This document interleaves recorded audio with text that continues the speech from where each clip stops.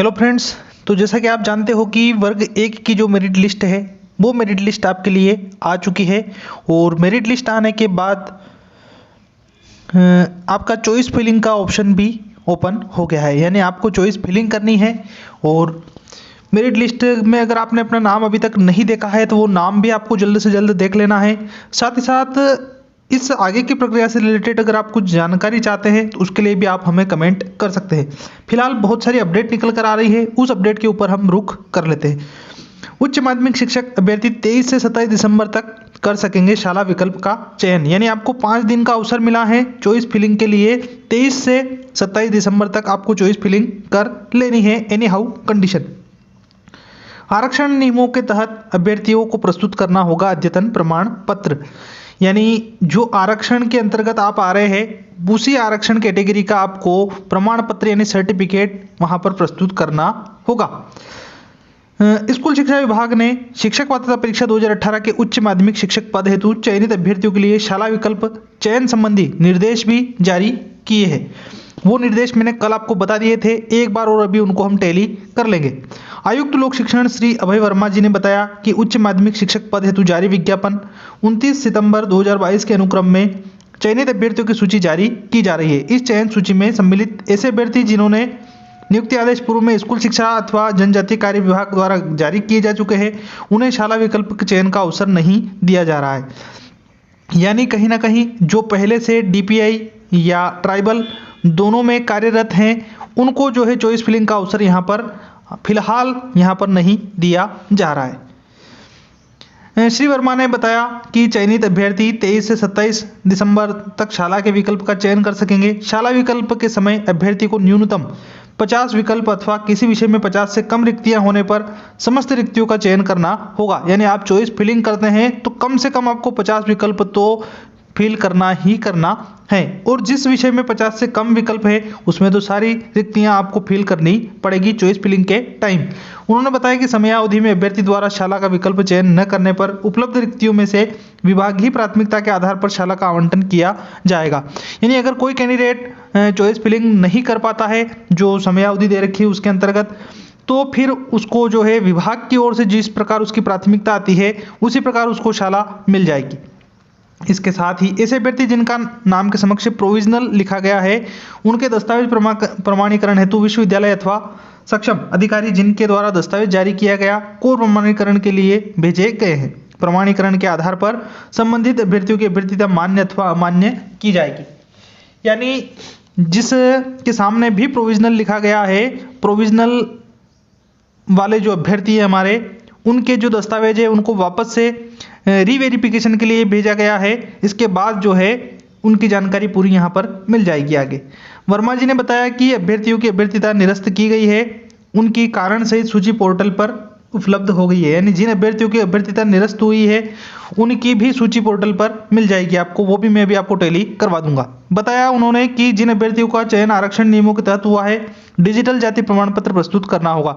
यानी आप जिस कैटेगरी से बिलोंग करते हैं, चाहे आप एससी से, एसटी से, ओबीसी से या ईडब्ल्यूएस से, जिस भी कैटेगरी से आप आते हो तो आपको डिजिटल जाति प्रमाण पत्र यहाँ पर प्रस्तुत करना होगा आगे की प्रक्रिया हेतु। जिन अभ्यर्थियों का चयन आय निर्धारित आरक्षण के लाभ के अंतर्गत हुआ है उन्हें अद्यतन वित्तीय वर्ष का आय प्रमाण पत्र प्रस्तुत करना होगा। यानी 1 अप्रैल 2022 से 31 मार्च 2023 के बीच आपका आय प्रमाण पत्र होना चाहिए। अभी विशेष रूप से मैंने एक वीडियो बनाई थी उसमें बताया था कि ओबीसी के लिए ये जो है प्रावधान किया गया है, जाति प्रमाण पत्र आपका पुराना चल सकता है डिजिटल, लेकिन आपका जो आय प्रमाण पत्र है वो आय प्रमाण पत्र आपका नया लगाना पड़ेगा जो कि वित्तीय वर्ष यानी 1 अप्रैल 2022 से 31 मार्च 2023 के बीच में आपका जारी हुआ हो आय का प्रमाण पत्र। इसी आधार पर संबंधित की अभ्यर्थता मान्य अथवा अमान्य की जाएगी। उच्च माध्यमिक शिक्षक नियोजन संबंधी अद्यतन जानकारी के लिए वापस आपको जो पोर्टल जो है टीआरसी उसको आपको नियमित रूप से देखना पड़ेगा।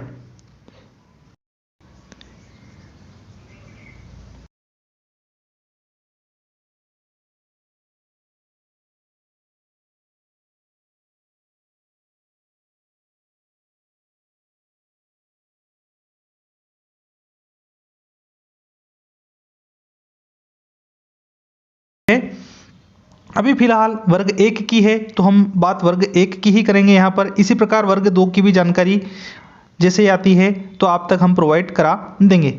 ये उच्च माध्यमिक है, यहाँ पर आप जैसे ही क्लिक करेंगे टीआरसी पोर्टल पर तो ये आपका यहाँ पर पोर्टल ओपन हो गया है। इसमें जो निर्देश है वो निर्देश हमें नीचे की तरफ चले जाना है। जैसे ही आप पूरे नीचे की तरफ जाएंगे तो सबसे पहला जो पॉइंट है वो है आवश्यक सूचना वाला। ये सूचना वाला पॉइंट भी आपको अवश्य रूप से एक बार पढ़ लेना है। फिर उच्च माध्यमिक शिक्षक की चयन सूची, यानी यहाँ से आप चयन सूची आप देख सकते हैं कि आपका नाम कहाँ पर आया है और कहाँ पर नहीं आया। उसके बाद उच्च माध्यमिक शिक्षक चयन सूची सूचना, चयन सूची के लिए एक विशेष रूप से एक सूचना दी गई है जिसमें निर्देश दिए गए हैं। वो निर्देश भी आपको यहाँ से देखने को पढ़ने को मिल जाएंगे, यहाँ पर आप क्लिक करेंगे तो। वहीं उच्च माध्यमिक शिक्षक अमान्य प्रकरणों की सूची, यानी जो प्रकरण अमान्य हुए हैं उन अमान्य की सूची भी यहाँ पर आपको दी गई है। तो ये निर्देश तो मैं आपको कल वीडियो में बता चुका हूँ और अभी आपको मैंने पढ़ के सुना है, उनमें भी बहुत सारे निर्देश आपके आ गए हैं। आप जो है अपना नाम, उच्च माध्यमिक शिक्षक हैं, अपना नाम देखना चाहते हैं तो आप यहाँ पर क्लिक करके अपना नाम आप देख सकते हैं आराम से। अभी फिलहाल हम जो है अमान्य प्रकरणों की सूची एक बार टैली कर लेते हैं थोड़ी सी। ये अमान्य शिक्षकों की जो सूची है उस पर मैंने यहाँ पर टिक कर दिया है। ये अमान्य जो प्रकरण है उनकी सूची यहाँ पर आपकी ओपन हो गई है।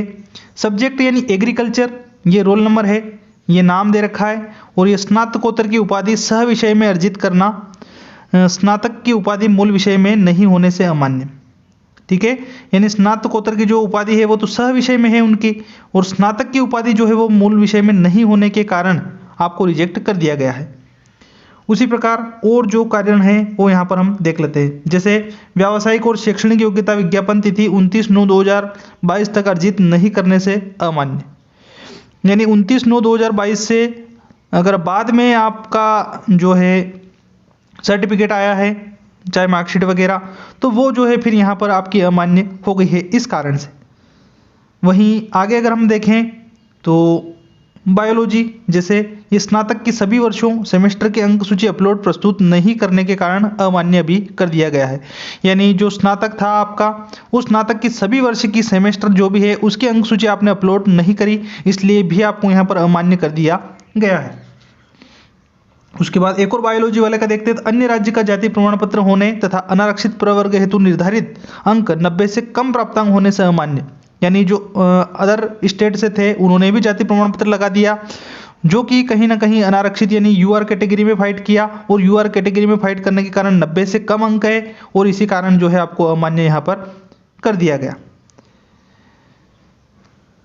अगला एक और पॉइंट आप यहाँ देखते हैं, जैसे ये बायोलॉजी के लिए ही है। एक ही सत्र में नियमित छात्र के रूप में 2 उपाधि अर्जित करने से अमान्य, यानी एक ही सत्र की 2 उपाधियां हैं और दोनों डिग्रियां जो कहीं ना कहीं रेगुलर, तो जाहिर सी बात है कि दोनों अगर रेगुलर होगी तो आपको अमान्य करना ही है यहाँ पर। अगर एक आपके पास रेगुलर होती है और एक आपके पास अगर प्राइवेट होती है तो फिर कोई यहाँ पर दिक्कत नहीं होती है। और भी इसी प्रकार के जो ये यहाँ पर आपको दिख रहे हैं अमान्य प्रकरण, वो प्रकरण पूरे आप यहाँ पर अच्छे से देख सकते हैं। हो सकता है कि कोई हमारे साथी भी हो, ऐसे परिजन जिनको भी अमान्य किया गया हो, तो ये पूरी सूची आप यहाँ पर देख सकते हैं आसानी से। तो फिलहाल की इस वीडियो सेशन में इतना ही, और भी नई जानकारी, नई अपडेट हम आप तक रूबरू करेंगे। तब तक के लिए जय हिंद, जय भारत।